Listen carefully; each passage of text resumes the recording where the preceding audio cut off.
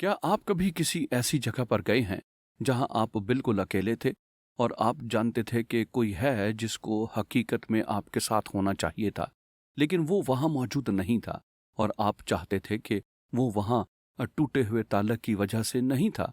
ये अफसोसनाक है, ये इसलिए अलमनाक है क्योंकि एक बनी आदम का दूसरे बनी आदम के साथ टूटा हुआ रिश्ता टूट चुका है। लेकिन ये एक और वजह से भी अलमनाक है जो आपको मालूम होना चाहिए कि टूटे हुए रिश्ते हमारी दुआ या जिंदगी पर असरअंदाज होते हैं।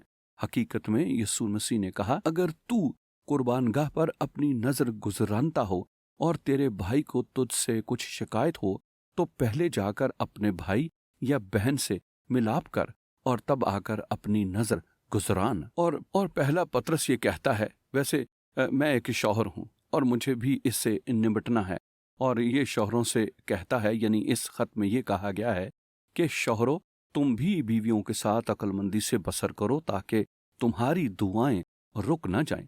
क्या आप जानते हैं कि आपकी दुआ या जिंदगी रुक सकती है अगर आपका रिश्ता टूटा हुआ है? अगर आप अपनी बीवी के साथ तकरीम, इज्जत और समझ के साथ पेश नहीं आते, ये आपकी दुआ या जिंदगी में रुकावट होगी। ये मैंने नहीं कहा, ये पहला पतरस 3 बाब में खुदा का कलाम कहता है। इसलिए हमारे ताल्लुकात बहुत अहम हैं और अगर हम दुआ में कुव्वत पाना चाहते हैं, इसमें रुकावट की एक बड़ी वजह टूटे हुए ताल्लुकात हैं। इसलिए हमें इन रिश्तों को बहाल करना है, मेल मिलाप करना है। आइए मैं आपके साथ एक कहानी बयान करूं। मैं और मेरी बीवी जब पहले अज़दवाज के बंधन में बंधे, हमारा एक दूसरे के साथ ये अहद था कि हम किसी भी मसले को हल किए बगैर बिस्तर पर नहीं जाएंगे।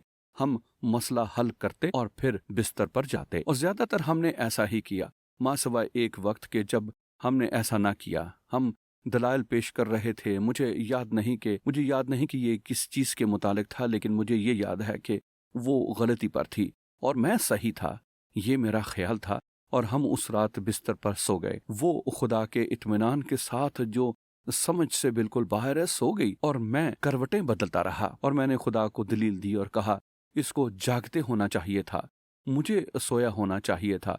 और खुदा ने मेरे दिल से कलाम किया और कहा, तुमने नहीं समझा, तुमने अपनी बीवी के साथ सोच समझ के साथ सलूक नहीं किया। और मैंने उसे उठाया और कहा, प्यारी बीवी, मेहरबानी से मुझे माफ कर दीजिए। और उसने कहा, ओह ठीक है, और वो दोबारा सो गई। लेकिन मैं आपको बताना चाहता हूँ, मैंने खुदा के साथ इत्मीनान पाया जब मैंने उसके साथ सुलह कर ली। क्या आपको किसी के पास जाने और सुलह करने की जरूरत है, मियाँ या बीवी? क्या कोई मसीह में बहन या भाई है जिसके पास आपको जाकर माफी मांगनी और उस रिश्ते को जोड़ने की कोशिश करनी है?